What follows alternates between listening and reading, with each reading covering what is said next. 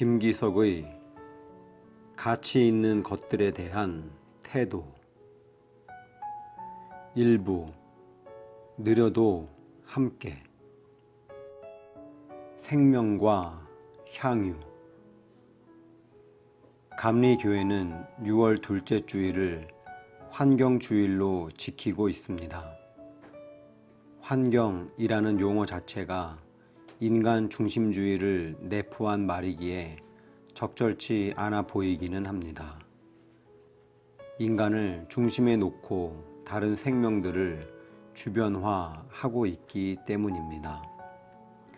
인간에게 편리한 세상을 만들기 위해 다른 생명들을 함부로 대하는 일들이 비일비재하게 벌어집니다.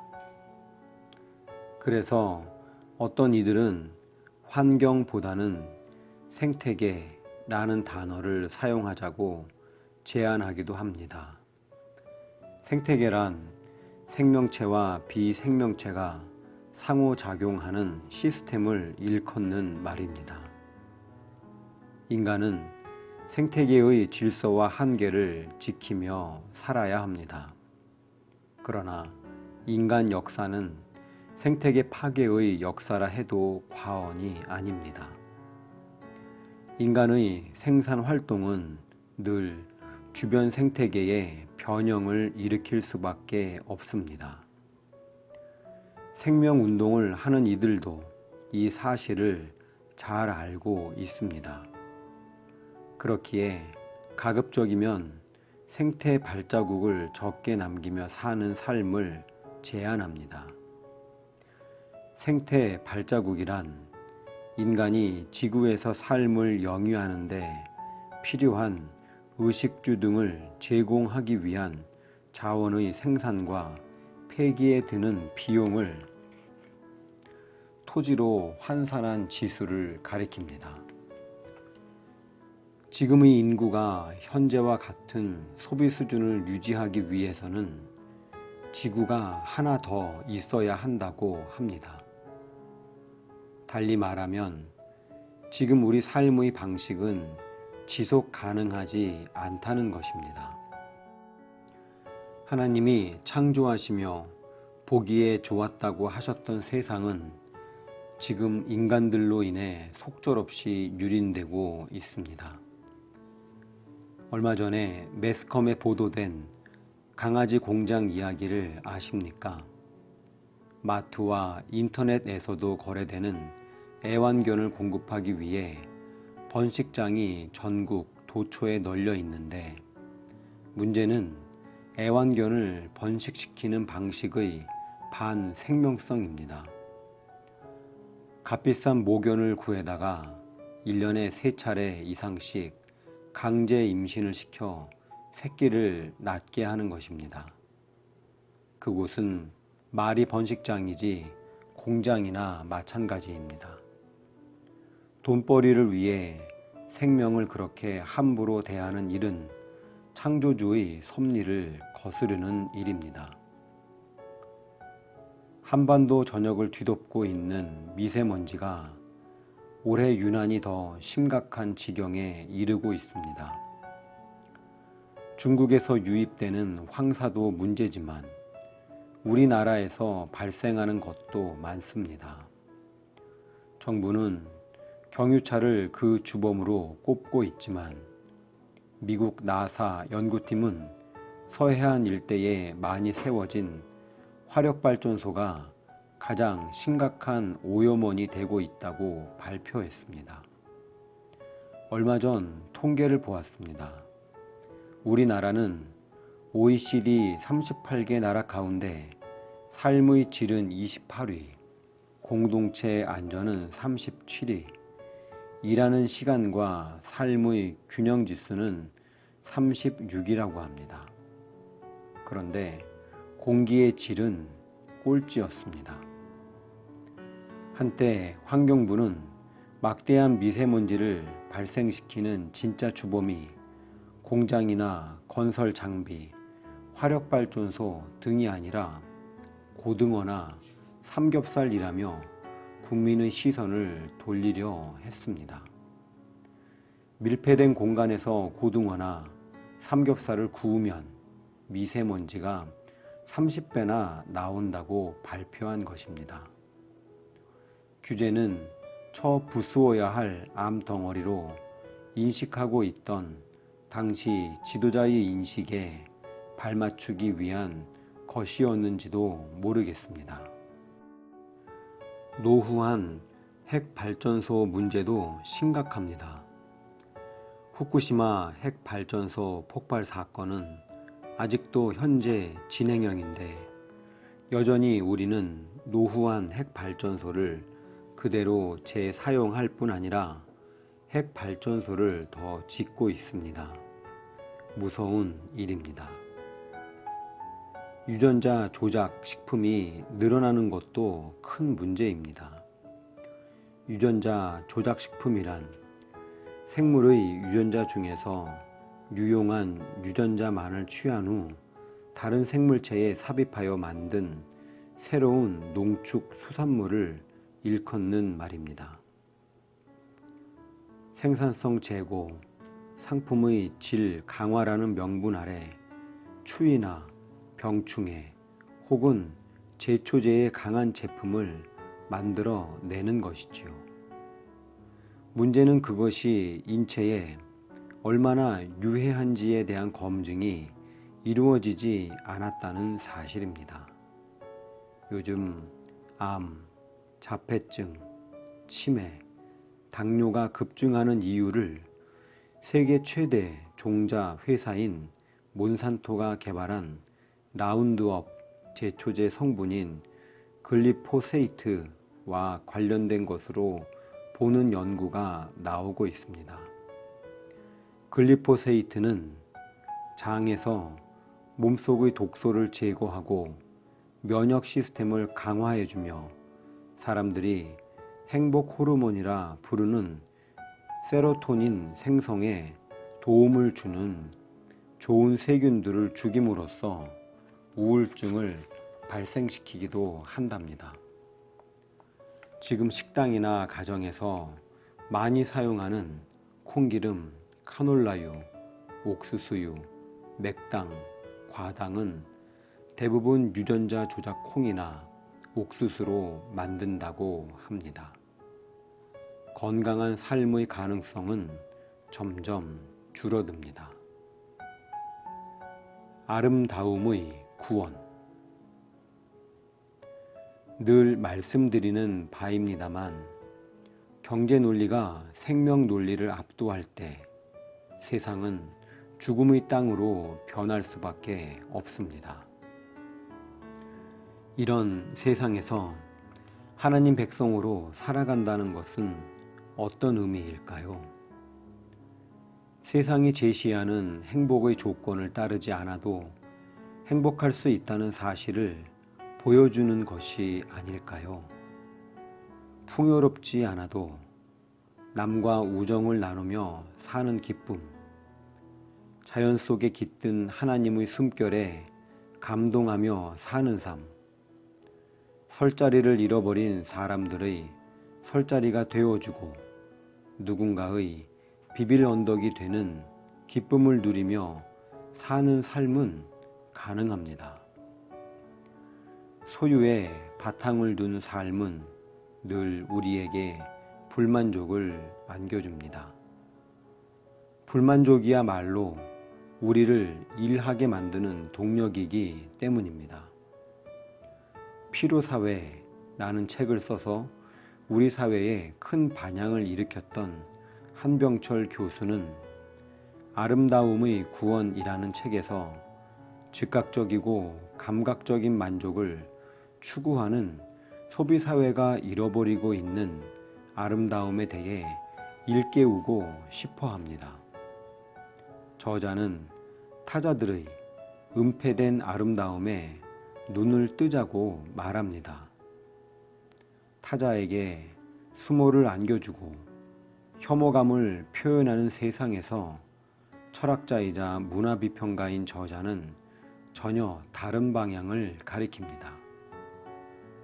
그런데 그것은 성경이 일관되게 가리키는 방향과 같습니다. 이런 저런 일로 가슴이 답답해질 때면 읽는 성경 본문이 있습니다. 함석헌 선생님의 제안에 따라 요한복음 13장부터 17장까지를 반복해서 읽곤 합니다. 6월절 전에 예수께서는 자기가 이 세상을 떠나서 아버지께로 가야 할 때가 된 것을 아시고 세상에 있는 자기의 사람들을 사랑하시되 끝까지 사랑하셨다. 요한복음 13장 1절는 구절로 시작되는 이 대목은 마치 예수님의 유언처럼 들려 가슴이 뜨거워집니다. 욥기 38장부터 42장을 읽을 때도 있습니다. 하나님은 자기 고통에 온통 사로잡혀 있던 욥에게 더 크고 위대한 세계로 눈을 돌려 보라 이르십니다. 저 무한한 공간, 깊이를 알 수 없는 창조 세계의 신비 앞에서 욥은 입을 다물고 맙니다. 로마서 8장 31절 이하를 또박또박 읽을 때도 있습니다. 하나님이 우리 편이시면 누가 우리를 대적하겠습니까? 누가 우리를 그리스도의 사랑에서 끊을 수 있겠습니까? 로마서 8장 31절 하반절, 35절 상반절. 이 강렬한 질문 앞에 설 때마다 작은 일에 숨막혀 하는 나 자신의 모습이 부끄러워집니다. 그리고 무엇보다도 흔들리는 제 마음을 안돈시켜 주는 것은 시편입니다. 생명의 노래를 듣는가? 내 마음이 옹색해질 때 가장 자주 읽는 것이 시편 104편이 아닌가 싶습니다. 내 영혼아 주님을 찬송하여라. 주 나의 하나님, 주님은 더없이 위대하십니다. 권위와 위엄을 갖추셨습니다. 시편 104편 1절로 시작되는 이 시편은 창조 시편의 백미라 할 수 있습니다. 시인은 삼라만상 모든 것들이 다 주님의 숨결로 지어진 것이고 지금도 주님의 숨결 안에서 존속되고 있다고 노래합니다. 가없이 넓게 펼쳐진 저 하늘도 세상을 밝게 비치는 빛도 불어오는 시원한 바람도 온 세상의 물을 다 받아들이는 바다도 다 하나님께 속해 있습니다. 이 시편을 자꾸 읽다 보면 무정하기 이를 데 없었던 세상이 돌연 신비에 찬 섭리의 세상으로 바뀝니다. 계곡 사이를 세차게 흐르는 물줄기도 졸졸졸 흐르는 시냇물도 뭇 짐승들의 마른 목을 축여주는 샘물도 모두 하나님의 뜻을 수행하며 그 자리에 있습니다. 직접 시인의 말을 들어보십시오. 주님은 골짜기마다 샘물이 솟아나게 하시어 산과 산 사이로 흐르게 하시니 들 짐승이 모두 마시고 목마른 들 나귀들이 갈증을 풉니다. 하늘의 새들도 샘 곁에 깃들며 우거진 나뭇잎 사이에서 지저깁니다. 시편 104편 10절에서 12절. 생명의 노래를 부르는 사람이야말로 하나님의 마음을 가장 잘 아는 사람이 아닐까요? 잡지 전라도닷컴을 읽다가 괜스레 마음이 짠해졌습니다. 도단한 잡초 하나를 뽑으려다 말고 혼잣말처럼 지도 얼마나 애쓰고 나왔을 것인디 하고 주저하시는 시골 할머니. 연한 쑥을 캐들고는 지는 큰이라고 애쓰고 나는 캔이라고 애쓰고 라고 말씀하시는 할머니의 마음이 느껴졌던 것입니다. 그 농투성이 할머니의 마음이야말로 우리가 회복해야 할 마음이 아닐까요? 세상이 얼마나 존귀한지 아는 사람, 세상에 존재하는 어떤 것도 당연하게 생각하지 않는 사람이야말로 하나님의 은혜에 가까이 다가간 사람이라 말할 수 있습니다. 그 마음이 없어 세상이 지옥으로 변하고 있습니다. 한 구절을 더 읽어보겠습니다. 주님은 들 짐승들이 뜯을 풀을 자라게 하시고 사람들이 밭가리로 채소를 얻게 하시고 땅에서 먹거리를 얻게 하셨습니다. 사람의 마음을 즐겁게 하는 포도주를 주시고 얼굴에 윤기가 나게 하는 기름을 주시고 사람의 힘을 북돋아 주는 먹거리도 주셨습니다. 시편 104편 14절 15절. 짧은 구절이지만 시인은 우리가 일상적으로 바라보는 모든 것들이 하나님의 은혜임을 인상 깊게 묘사하고 있습니다. 풀을 자라게 하심으로 짐승과 사람들이 살게 하시고 포도주와 기름을 주셔서 사람을 기쁘게 하셨습니다. 시인은 오늘 우리가 누리고 사는 모든 것들이 하나님의 선물이라고 말합니다. 우리는 다만 받아 누릴 뿐입니다. 세상의 모든 미물들도 하나님의 은혜의 세계 안에 있습니다.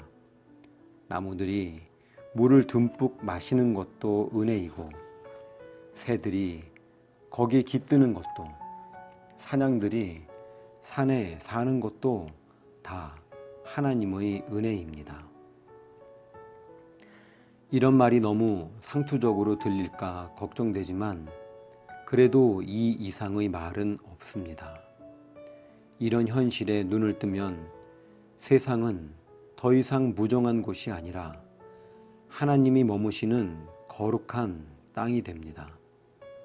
하나님은 너희가 사는 땅, 곧 내가 머물러 있는 이 땅을 더럽히지 말아라.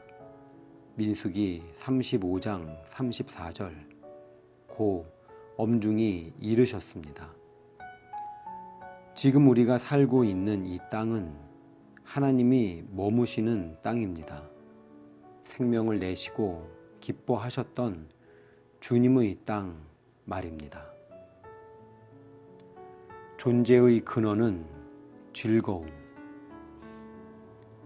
일본의 생물학자인 가와바타 구니후미는 히로시마의 원자폭탄 돔 근처를 흐르는 모토야스 강의 하구 옆을 지나다가 간석지에 많은 꽃발개가 모여 일제히 체조를 하고 있는 모습을 본 적이 있다고 말합니다.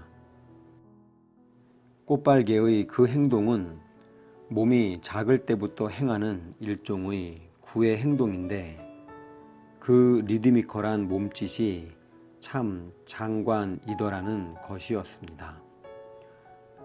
가와바타는 그 모습을 홀린 듯 바라보다가 문득 개들이 저렇게 체조를 하는 것이 즐겁기 때문이라는 생각이 들더랍니다. 그리고 이렇게 말합니다. 그렇구나.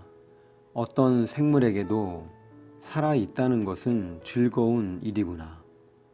존재의 근원은 즐거움이겠구나. 그러니까 누구든 대우주, 대자연이 협연하는 즐거움이라는 심포니를 자신 안에, 타자 속에, 모든 존재 속에서 느끼고 즐길 수 있는 거구나. 원자폭탄이 떨어져도 미동하지 않는 진실한 생명의 세계가 존재하는 거구나. 존재의 근원은 즐거움이라는 말이 참 낯설게 여겨지지 않습니까? 하루하루 산다는 게 기적처럼 여겨지는 세상에서 우리가 즐거워해도 될까요? 그러고 보니 우리 삶이 힘겨운 것은 존재의 근원인 즐거움을 누리지 못하기 때문이라는 생각이 듭니다. 복잡한 신학 이론은 모를지라도 세상을 지으신 하나님을 진심으로 믿는 이들은 하나님의 즐거움에 동참해야 합니다. 인간의 과도한 탐욕으로 인해 무너진 세상을 조금씩 회복해야 할 책임이 우리에게 주어져 있습니다. 영국의 리처드 레이놀즈라는 청년은 2004년부터 버려졌거나 사람들이 돌보지 않는 땅에 꽃을 심는 운동을 벌였습니다. 이름하여 게릴라 가드닝입니다.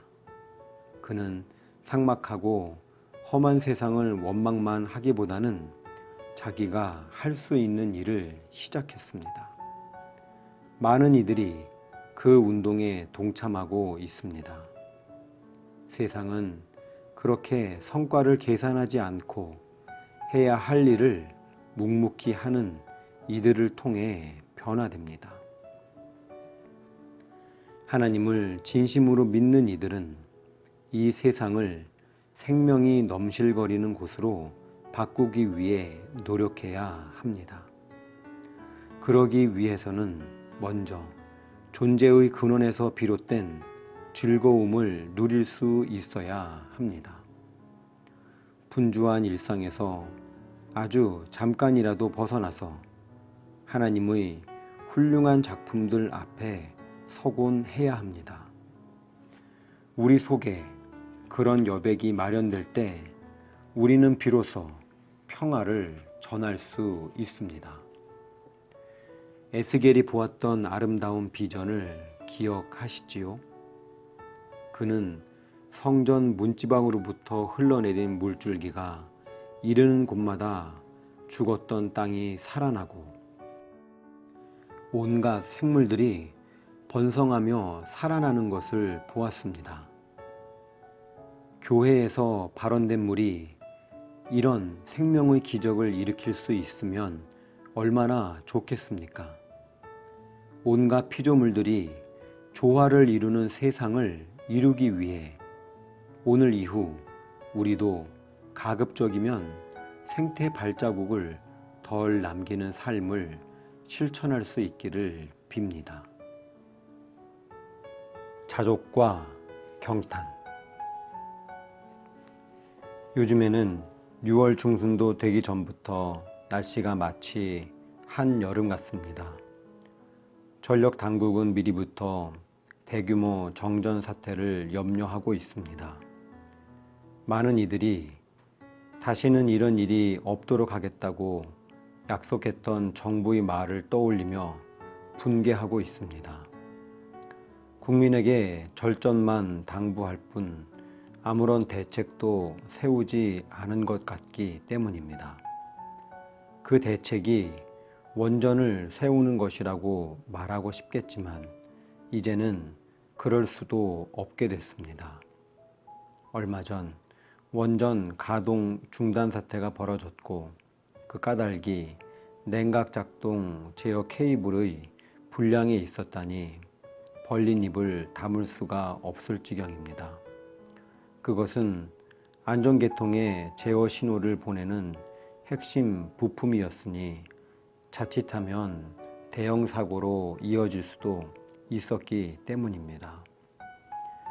뒤늦게 당국이 조사를 해보니 문제는 예상했던 것보다 훨씬 더 심각했습니다. 부품만이 문제가 아니었습니다. 원전을 세우고 운영하고 감시하는 이들이 동문들인 경우가 대부분이어서 그들은 자기 사람 심기에 바빴고 서로의 비리에 눈을 감았다는 것입니다.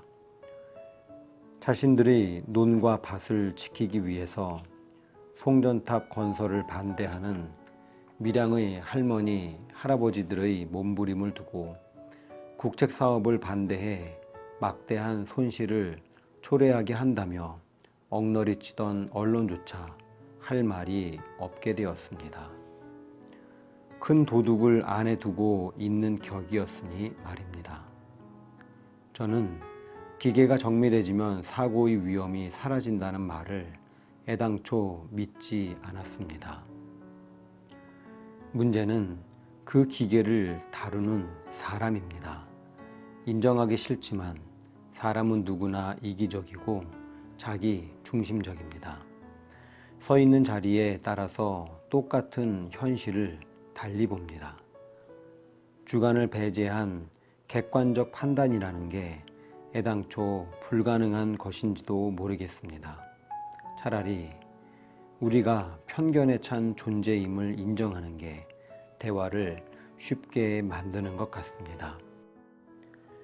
기계장치를 정교하게 하고 사람들이 잘못을 저지르지 않도록 시스템을 잘 갖추는 것은 물론 중요합니다.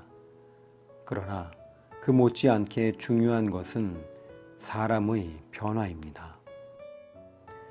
기후변화 문제가 심각하다는 사실에 대해서는 사람들이 대체로 동의하는 것 같습니다.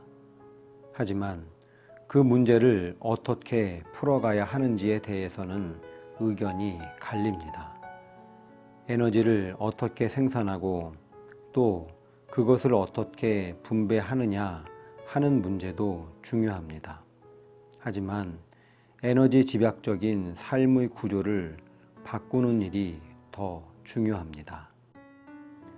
언젠가부터 지속 가능한 성장이라는 말이 유행어처럼 사용되고 있지만 사실 그건 거의 불가능한 일입니다. 우리 문명이 지속 가능하려면 지금 당장 우리 삶의 방식을 바꾸지 않으면 안 됩니다. 한편 여러 해 전부터 즐거운 불편이라는 말을 쓰는 이들이 늘어나고 있습니다. 일찌감치 생태적 삶으로 회심한 이들이 있습니다. 지금까지의 우리 경험상 GNP의 증가가 행복의 증대로 이어지지 않는다는 사실은 분명합니다. 돈을 모으기 위해 우리는 너무나 많은 것들을 잃어버리거나 포기합니다. 돈의 논리에 들어가면 가족관계가 무너지고 오랫동안 오순도순 살아가던 공동체도 일순간에 무너집니다. 얼마 전 유산 상속이 공정하지 않았다고 생각한 동생이 홧김에 형 집에 불을 질러 여러 사람이 죽었다는 보도를 보았습니다. 아프리카 여러 나라가 극심한 빈곤과 질병에 시달리는 것은 서구의 거대 자본이 들어가 조상 대대로 이어 내려오던 공동체적 삶을 깨뜨렸기 때문입니다. 욕망의 지배. 신약 성경은 거의 2000년 전에 기록된 책이지만 인간의 비루한 욕망에 대해서 기가 막힐 정도의 통찰을 보여주고 있습니다. 시간이 흘러도 인간성이 크게 진보하지 않았다는 반증인지도 모르겠습니다. 육신의 욕망을 제어하지 못할 때 어떤 결과가 빚어지는지를 야고보서는 통찰력 있게 묘사하고 있습니다. 사람이 시험을 당하는 것은 각각 자기의 욕심에 이끌려서 꿰매에 빠지기 때문입니다. 욕심이 잉타하면 죄를 낳고 죄가 자라면 죽음을 낳습니다. 야고보서 1장 14절 15절. 여러분은 욕심을 부려도 얻지 못하면 살인을 하고 탐내어도 가지지 못하면 다투고 싸웁니다.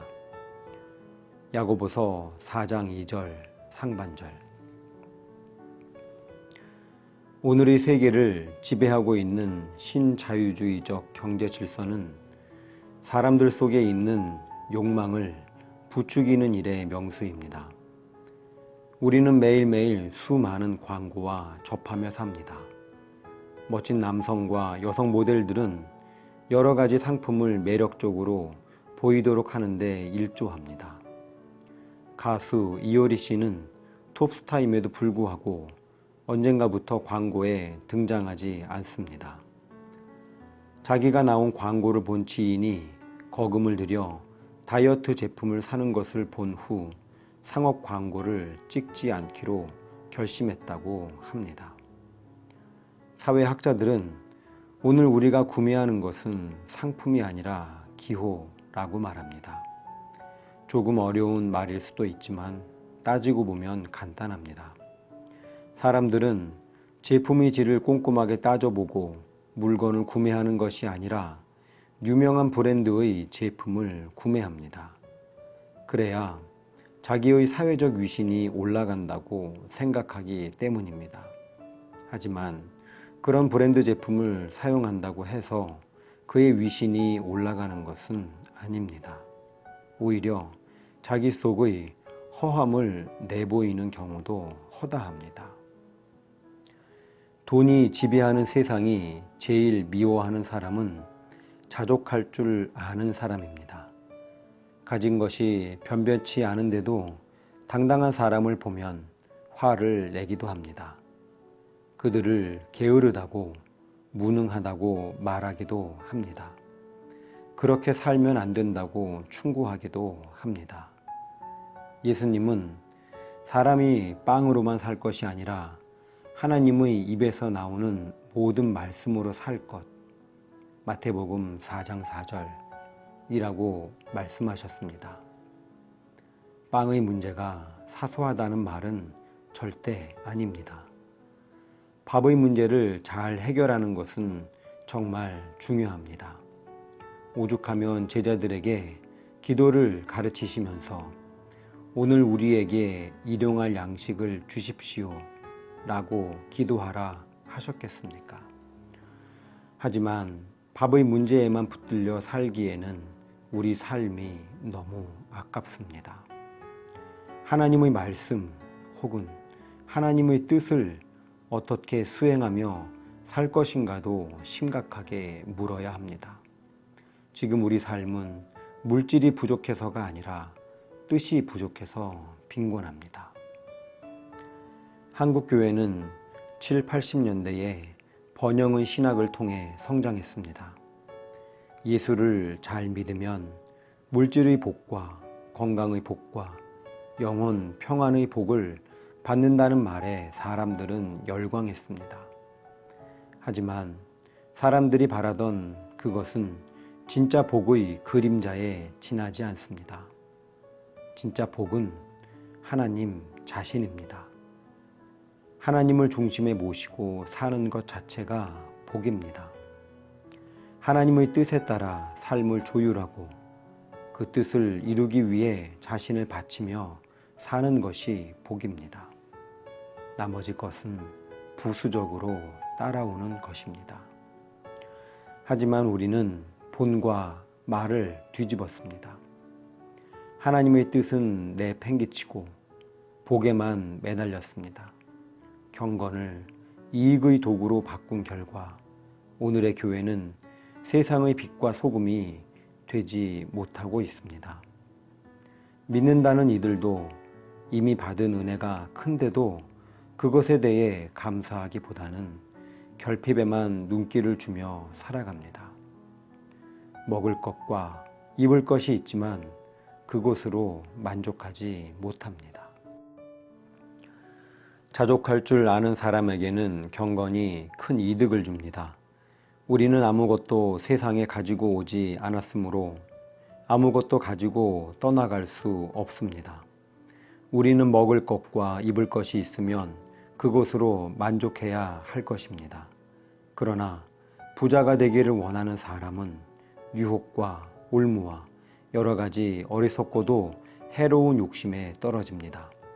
이런 것들은 사람을 파멸과 멸망에 빠뜨립니다. 돈을 사랑하는 것이 모든 악의 뿌리입니다. 돈을 쫓다가 믿음에서 떠나 헤매기도 하고 많은 고통을 겪기도 한 사람이 더러 있습니다. 디모데전서 6장 6절에서 10절. 그러나 부자가 되기를 원하는 사람은 유혹과 올무와 여러 가지 어리석고도 해로운 욕심에 떨어집니다. 이런 것들은 사람을 파멸과 멸망에 빠뜨립니다. 디모데전서 6장 9절. 이 말씀은, 특히 9절은 일종의 경고의 나팔소리입니다. 부자가 되려는 마음이야말로 사탄이 틈타기 좋은 마음입니다. 바울은 돈을 사랑하는 것이 모든 악의 뿌리라고 간결하게 요약합니다. 바울은 돈 때문에 믿음의 길에서 떠나 헤매기도 하고 고통을 겪기도 한 사람이 더러 있다고 했지만 저는 더러를 많이로 바꾸고 싶습니다. 경탄을 잃어버린 현대인. 돈의 지배에서 벗어나기 위해서는 훈련이 필요합니다. 삶을 단순하게 바꾸는 연습이 필요합니다. 더의 삶에서 덜의 삶으로 개종해야 합니다. 덜 먹고 덜 쓰는 삶 말입니다. 어느 분은 더럽다는 말을 덜 없다라고 설명했습니다. 비우지 못하는 것이 곧 더러움이라는 뜻일 겁니다. 누가 비우며 살 수 있습니까? 하나님을 창조주로 믿는 사람입니다. 하나님을 창조주로 믿는다는 말을 두고 자연과학자들과 맞씨름을 하려는 분들이 있습니다. 그럴 필요 없습니다. 과학의 언어와 종교의 언어는 서로 문법이 다릅니다. 그렇다면 하나님을 창조주로 믿는다는 말은 어떤 뜻일까요? 몇 가지로 요약해 보겠습니다. 첫째, 모든 것이 하나님께로부터 왔기에 어떤 것도 인간이 함부로 대해서는 안 된다는 사실을 아는 것입니다. 그것은 하나님께 속한 것이기 때문입니다. 산업화 이후 사람들은 모든 것을 자원으로 봅니다. 인간의 뜻을 이루기 위해 동원되거나 파괴되어도 괜찮은 것으로 생각한다는 말입니다. 물론 인간이 살기 위해서 변형을 가하는 것은 피할 수 없겠지만 그것은 꼭 필요할 때 최소한으로만 해야 합니다. 둘째, 세상의 모든 것이 주님 안에서 서로 연결되어 있음을 믿는 것입니다. 탈무드에 나오는 이야기 아십니까? 몸은 하나이고 머리가 둘인 샴 쌍둥이가 한 사람인가 두 사람인가의 논쟁 말입니다. 랍비는 어느 한 사람에게 아픔을 가했을 때 함께 아파한다면 한 사람이고 아파하지 않으면 두 사람이라고 말했습니다. 생명이 서로 연결되어 있음을 아는 이들은 다른 존재에게 고통을 가하지 않으려고 노력합니다. 사람들은 환경이라는 단어를 즐겨 사용합니다. 그런데 이 단어는 매우 인간 중심적 단어입니다. 환경이란 사람이나 사물이 들어가 있는 조건을 이르는 말입니다. 이때 우리와 환경은 분리되어 있습니다. 하지만 우리의 생명은 다른 생명들과의 상호 관계 속에서 형성됩니다. 인간의 생명도 생태계 순환의 일부일 뿐입니다. 그렇기에 환경보호라는 말보다는 생태계 보전이라는 말이 더 적합합니다. 셋째, 모든 생명은 상호 책임지는 존재임을 인정하는 것입니다. 시베리아 호랑이를 추적하여 그들의 생태를 보여준 박수용 감독의 시베리아의 위대한 영혼을 읽으며 감동했던 적이 있습니다. 그는 자연의 한 부분이 되지 않고는 자연의 신비와 만나기 어렵다면서 자연의 더 깊은 곳을 보려면 비탈에 선 나무가 되어야 한다고 말합니다. 그의 글을 읽다가 하고 감동한 대목이 있습니다. 숲을 걷다 보면 부엉이가 토해낸 펠릿들이 나무 밑에 떨어져 있는 것을 볼 때가 있답니다. 부엉이는 잠을 자는 공간과 쉬는 공간, 사냥터를 구분하는 영특한 동물입니다. 펠릿이 보인다는 것은 그곳이 부엉이의 쉼터라는 뜻이기에 고개를 들어 확인하고 싶은 생각이 든다고 합니다. 하지만 충동을 자제하지 못하고 올려다보면 부엉이는 쉼터를 버리고 다른 쉼터를 찾는 수고를 해야 합니다. 그래서 그는 부엉이가 나뭇가지에 앉아 있다는 사실을 마음으로 믿고 그냥 지나간다고 합니다. 올려다보고 싶지만 올려다보지 않는 것, 부엉이에 대한 배려입니다. 배려와 돌봄으로 서로에 대해 책임을 질 때 세상은 아름다워집니다. 대한 공동체. 세상에 가득 차 있는 하나님의 신비에 눈을 뜨기 시작한 순간 우리를 사로잡고 있던 헛헛함은 사라집니다. 하나님의 은총에 눈을 뜬 사람은 헛된 욕망에 휘둘리지 않을 수 있습니다. 하지만 홀로는 어렵습니다. 그렇기에 주님은 우리에게 공동체를 주셨습니다. 새로운 삶에 눈을 뜬 사람들이 모여 서로 격려하고 협동하고 새로운 삶의 모델을 만들어가야 합니다. 늘 드리는 말씀이지만 자본주의가 우리에게서 빼앗아가는 것은 다른 삶에 대해 상상하는 능력입니다. 마을 공동체 살리기를 통해 품위 있고 즐거운 삶을 모색하는 이들이 늘고 있습니다. 재능 기부와 같이 돈을 매개로 하지 않는 모임도 늘어나고 있습니다. 협동조합 운동도 활성화되고 있습니다. 이반 122가 말하는 자율적 공생의 삶이 바야흐로 전개되고 있다는 말입니다. 출애굽 공동체는 소수의 행복을 위해 다수를 희생시키는 애굽의 대안으로 등장했습니다.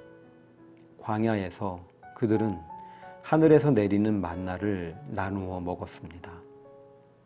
지배와 착취가 아니라 나눔과 돌봄에 근거한 세상의 꿈은 그렇게 탄생했던 것입니다. 예수님은 로마 제국에 맞서 하나님 나라 운동을 벌이셨습니다.